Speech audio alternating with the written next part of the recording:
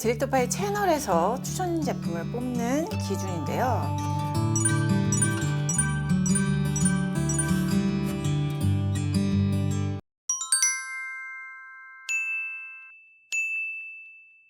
안녕하세요, 디렉터파입니다. 오늘은 2022 착한데 왜 트러블이 나요? 내 피부 타입에 맞지 않는 제품을 사용했을 경우, 피부 타입과 상관없이 나랑 안 맞는 성분이 있을 경우, 사람마다 자극이 다르다는 점, 그리고 pH에 따른 자극도의 정도, 성분끼리의 궁합 하나하나씩 설명드려 보도록 할게요. 들어가 볼까요?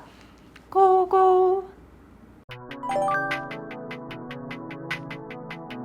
내 피부 타입이 뭘지 몰라가지고 또는 내 피부 타입을 잘 알긴 하는데 추천한 제품이 지성에 맞는지 건성에 맞는지 모를 경우, 민감 지성님 잘 아시죠? 멘토링을 했을 때 닥터로 또 지우고 또 클렌징 폼하고, 게다가 지성인데도 불구하고 오일 고함량 피지오겔을 바르셨어요. 민감도가 낮아지질 않는 거예요. 루틴 바꿔드리고 제품 바꾸면서 나날이 좋아져서 요즘에는 민감도가 정말 많이 줄어드셨거든요. 유분이 만나서 트러블이 나는 피부의 두앤돈트를 말하자면, 두는 유분과 각각질 제거를 해야 되는 거, 미생물 환경을 건강하게 유지해야 되는 거. 돈트, 하지 말아야 될 거는 오일 고함량, 수분 증발 차단제 함량이 많은 제품은 가급적 피하자. 이와 관련해서 이슈가 있었던 주제가 있는데, 지방산과 논코메도제닉에 대한 겁니다. 인간의 피부는 박테리아 생태계가 균형을 이루고 분화될 때 피부는 건강하게 유지가 되는데, 이게 깨지면 여드름이 나고 트러블이 나고, 여드름 트러블을 만드는 균이 말라세지아 균이라고 하는데요. 피부는 수천 종의 다양한 미생물이 상호작용을 하고 있기 때문에 화장품의 사용 환경과 단독으로 진행한 실험 조건의 결과는 다를 수 있다라고 되어 있습니다. 그러니까 지방산에서의 말라세지아균이 증가하는 조건 체크한 거기 때문에 단순히 지방산 성분이 들어있다고 해서 여드름이 생긴다, 트러블이 생긴다, 아니다. 두 번째 체크할 내용은 모공을 막는 성분이 있다. 코메도제닉은 과각질로 모공을 막는다라는 얘기고, 논코메도제닉은 모공을 막지 않는다라는 얘기인데, 2006년에 미국 피부과학회 저널에 실린 여드름 유발 테스트에서 화장품에 포함된 원료의 100%를 사용하면 코메도제닉 점수가 높게 나와서 모공을 막고 여드름을 유발한다는 얘기고, 저함량으로 2~3% 바르면 1로 떨어진다는 거예요. 모공을 막을 확률이 높은 성분인 5% 이상 넘어갈 경우에는 코메도제닉이 될 확률이 높다라는 거니까 틀린 건 아니지만, 이 성분이 함량이 낮아지면 모공을 막지 않는다라는 얘기도 같이 해줘야 정확한 설명이 되는 거죠. 여드름과 트러블이 잘 나는 피부들은 어떻게 스킨케어를 해야 될까? 보습제는 2%에서 15% 정도에 사용되고 있는데요. 로션, 수분크림 총량이 높아져서 코메도제닉의 점수가 높아질 확률이 높다는 거죠. 수중차가 2% 미만인 크림, 메이크 프렘, 탑을 뽑은 이유가 오일의 함량이 2% 미만이면서 수상 성분들로 보습을 유지를 시켜줘. 하이드로제네이티드 폴리데셈, 호바시 오일, 전체적으로 지성 피부, 여드름 피부, 오일에 반응하는 피부에 추천할 만한 제품입니다. 수분 증발 차단제가 3% 전후인 제품들, 이젠트리의 어니언 유페어 겔 크림, 카프리 트리 글리세라이드, 수분 크림에 가장 많이 쓰이고 있는 수분 증발 차단제 하나거든요. 가벼운 사용감, 윤활성도 좋고 부드러운 합성 오일이에요. 앞에서 말씀드린 말라세지아균이 이 성분을 먹고 자라서 여드름을 유발한다라고 댓글에도 여러분이 적어주셨는데, 이 성분은 여드름을 유발하는 확률이 높은 성분이 아닙니다. 에스트라, 아토베리어 365 하이드로 수딩 크림, 수분 증발 차단제, 페닐트라이메티콘과 메틸트라이메티콘. 이 실리콘 오일은 보습막을 얇게 형성하면서 기체 투과성이 높아서 천연 오일, 베이스 오일 안 맞는 분들의 경우에는 추천을 하는 성분이잖아요. 그래서 여드름이나 지성 피부에게 추천했던 탑 제품. 수분 증발 차단제가 4% 이상인 요 정도 되면 수부지 복합성 건성 쪽으로 가는 거예요. 피지오겔 같은 거. 테스터분이 지성인데 이걸 매일 바른 거야. 유분이 많이 나오니까 계속 닦는 거야. 패드로. 라네즈, 중건성용, 스쿠알렌과 다이부틸 아디페이트 같은 오일 성분을 다양하게 잘 썼어요. 유수분 밸런스 제품이에요. 르누베르 크림이 있어요. 르누베르 크림도 카프릴리 글리세라이드, 스쿠알렌 고함량 사용해서 보습도 잡고 펩타이드랑 아데노신 이런 탄력도 잡은 올인원 크림이라고 제가 추천을 했던 제품인데, 오일 함량이 높다고 해도 여드름성 피부 사용 적합 인상을 받았잖아요. 건조한 여드름 피부가 사용하기에 적합한 수분 크림이다라고 볼 수가 있는 거죠. 오일 함량이 높은 제품이 있습니다. 제가 좋아하는 제품, 에스네이처 아쿠아 스쿠알렌 수분크림. 스쿠알렌이 15%야. 보습뿐 아니라 피부 친화성도 높고 항산화 기능도 높고 좋은 성분이거든요. 스쿠알렌이 가벼운 오일을 썼으니까 수부지 복합성인 경우에 가을 겨울 추천템. 응용해서 쓸 수 있다는 거. 지성, 복합성 수부지, 건성 피부가 수분 증발 차단제 함량에 따라서 보습제를 선택하시면 여드름 트러블 줄일 수 있습니다.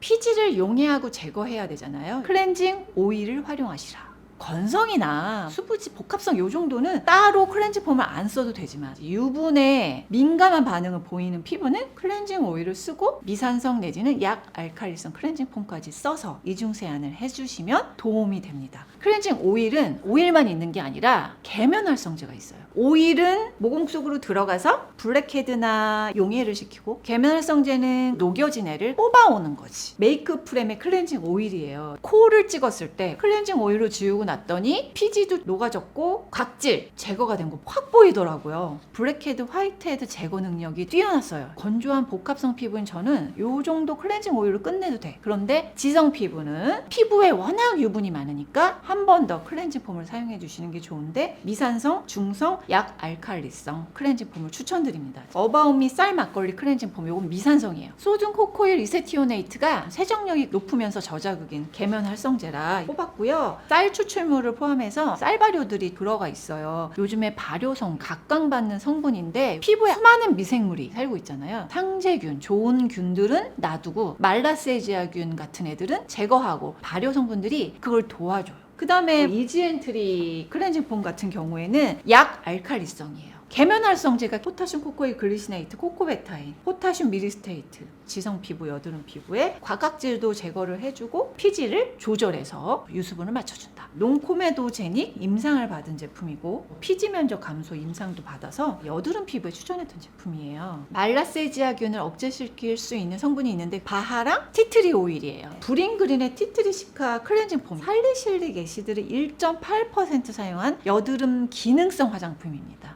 살리실릭 애시드는 0.5% 이상 쓰면 여드름 기능성 화장품으로 허가를 받을 수 있거든요. 1.8%를 썼다는 건 뭐죠? 그만큼 피부는 건조해지고 자극이 있을 수는 있지만 여드름 피부인 분들은 도움을 받을 수 있는 처방으로 되어 있다. 티트리 오일이 왜 좋냐면 터피네올이라는 성분이 항염, 항산화, 피지 조절 기능을 가지고 있는 성분이에요. 제품 안에 티트리 성분이 들어가 있는 애를 쓰셔도 되고 난 내 피부 상태에 따라서 섞어가지고 쓸래. 추천했던 게 바로 티트리 오일 100%짜리예요. 잘 쓰면 엄청 효과적인. 제가 갱년기 때문에 호르몬이 이상해지면서 유분이 많아졌는데 등드름이 나는 거예요. 여름에 바디로션에 섞어가지고 화장솜에 딱 해서 붙여요. 그럼 싹 없어져. 샴푸에도 섞고요, 바디워시에도 섞고 수분크림에도 섞고 응용을 할 수 있는 분들은 되게 잘 쓸 수 있는 제품입니다. 한 방울만 톡 섞어도 엄청난 효과를 발휘하기 때문에 두 방울 세 방울 섞으면 안 돼요. 주기적으로 피지 제거, 과각질 제거를 해야 되잖아요. 얼굴에 각질 제거한다고 물리적인 스크럽 타입의 센 애들은 비추천이에요. 그거보다는 화학적 피지 용해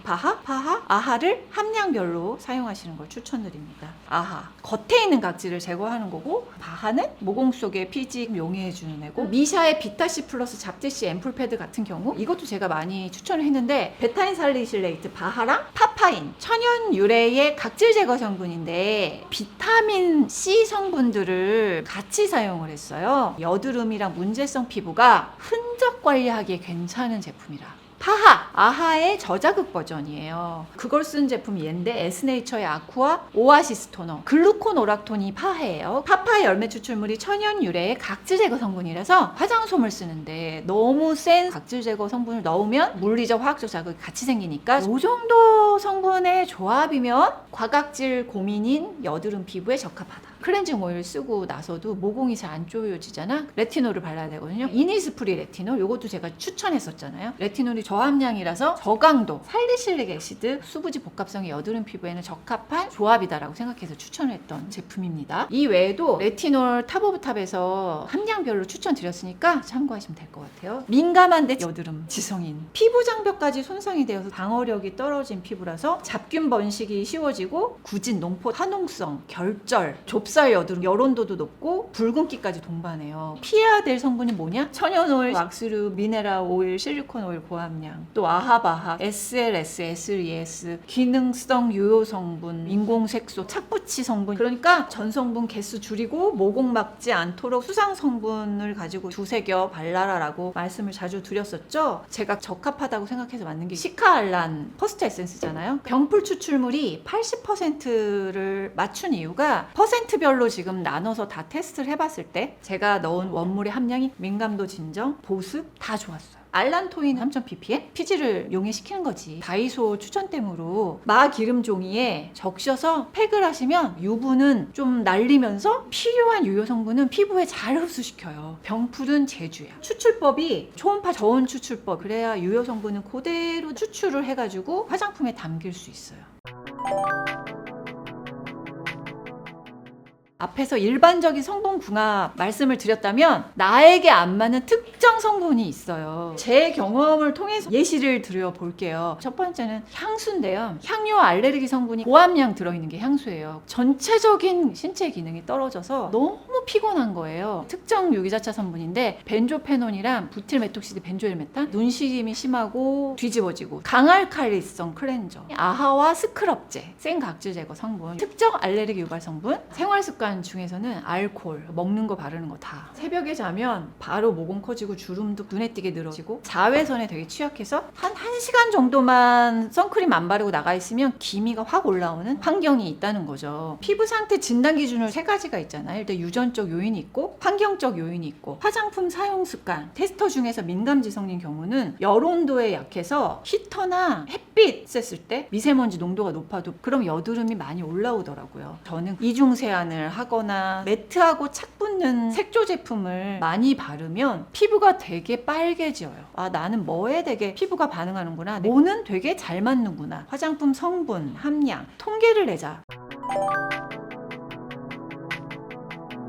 민감도가 다르다는 거는 임상실험 결과를 보면 알 수 있는데 브랜드에서 내는 임상 결과 있죠? 그거의 예시를 보면서 설명을 드리도록 할게요. 주로 소듐 라우릴 설페이트 계면활성제를 가지고 1차 자극도를 테스트하거든요. 소듐 라우릴 설페이트 1에서 2%를 폐쇄 첩포한 거예요. 수십 명이 했는데 자극이 확 나타난 초초 민감 피부. 중간 정도 나타나는 분도 있고 맨 마지막 분 보시면은 반응이 없어. 비민감 피부라고 보시면 됩니다. 스킨푸드 임상인데 SLS 성분을 0.5% 24시간 폐쇄 첩포를 했을 때 붉은기가 많이 나타난 분, 중간 정도 나타난 분, 아예 반응이 안 나타난 분 있죠. 피부 각질 개선 임상 볼까요? 근데 어떤 피부는 각질 개선이 되게 잘 됐어. 근데 어떤 피부는 바르기 전이나 후나 각질이 다 쌓여 있어. 과각질 피부인 거지. 피부 겉보습 임상을 볼까요? 3번째 분 보세요. 보습이 잘 안 된 거야. 똑같은 성분, 똑같은 함량의 제품을 발라도 임상은 모든 피부에게 100% 동일 적용된다는 아닙니다. 그럼 케바케인가요? 아, 화장품은 역시 케바케야. 케바케라는 거는 어떤 확률도 없이 다다름을 말하는 거고 임상이라는 것은 예상 가능한 확률에 대한 통계의 평균치예요. 따라서 이 확률을 나한테 적용하면 성공하는 피부 스킨케어 루틴을 만들 수 있다.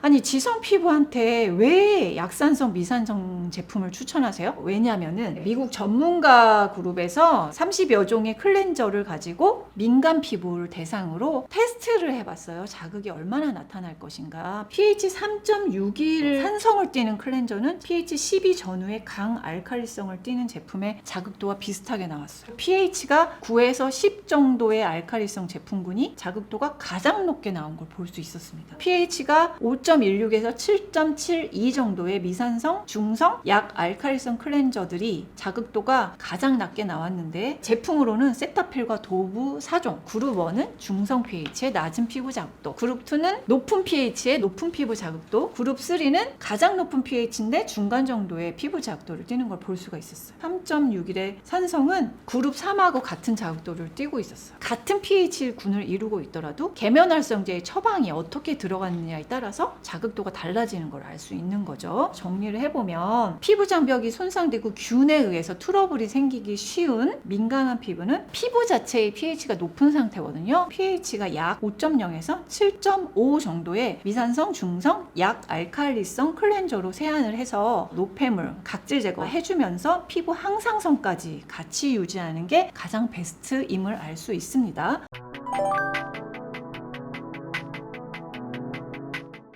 궁합이 안 좋다고 나쁜 성분이란 얘기는 아니고요. 센 성분과 센 성분이 같이 하나의 제품에 들어있거나 센 성분 바르고 또 센 성분 발랐어. 당연히 자극이 높아지겠죠. 에탄올에 바하, 아하 들어있는 거. 비타민 A 고함량, 비타민 C 고함량을 같이 발라. 징크 피린치온의 탈모 유효 성분이 있잖아요. 거기다 SLS, 세정력이 센 계면활성제 같이 들어있어. 각질 제거인 제품. 손이라든지 화장솜으로 하는 물리적 각질 제거를 하면서 아하박 센 화학적 각질 제거를 같이 해줬을 때 그러면 자극도가 높아진다. 민감 피부는 트러블이 안 나는 게 이상한 결과를 가지고 옵니다.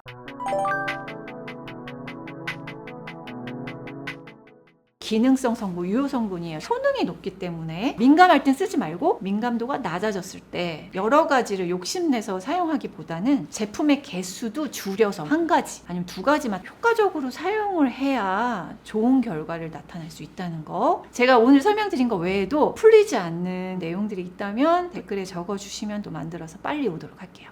저 그럼 물러갈게요. 이만. 안녕. 빠밤.